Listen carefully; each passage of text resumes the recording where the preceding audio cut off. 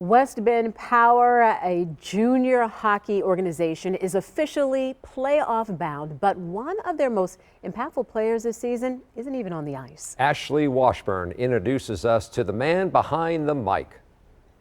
At the age of 5, Frank Zawrasky can remember sitting in his basement watching the Chicago Wolves, trying to remember as many players as he could on their roster, while also trying to stay up to date with all things in the American Hockey League. But that was also one of his earliest memories of also listening to hockey play-by-play, not only leading him to his dream career, but breaking down barriers along the way.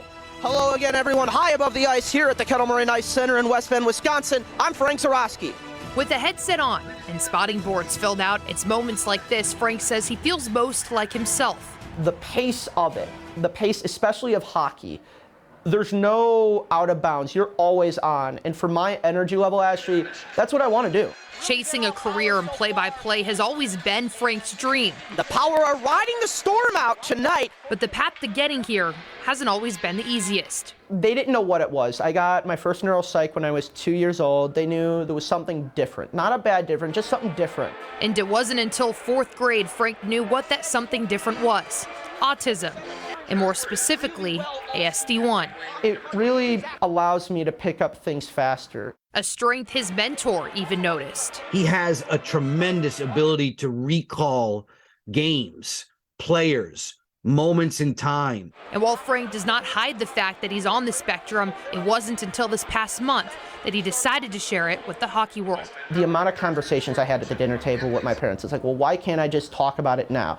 I'm like, Frank, there will be a time and a place to talk about it. You don't need to do it as soon as possible. You need to do it at the right time. And for him, it was centered around finding a purpose. When we interviewed Frank, that conversation never happened. And it wasn't until a couple of weeks later that Frank finally came up to introduce himself to the team, where he pulled me aside and he said, I've got some ideas and this is what I would like to do. And that's when he pitched the Autism Awareness Night. I really hope to see you and your families out. Thanks again, everyone, and go Power. Frank became the first ever openly autistic play-by-play announcer.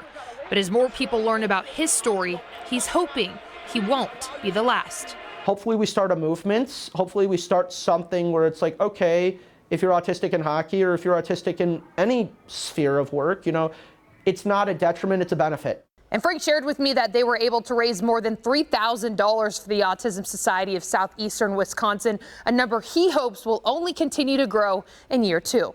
Ashley Washburn, TMJ4 Sports.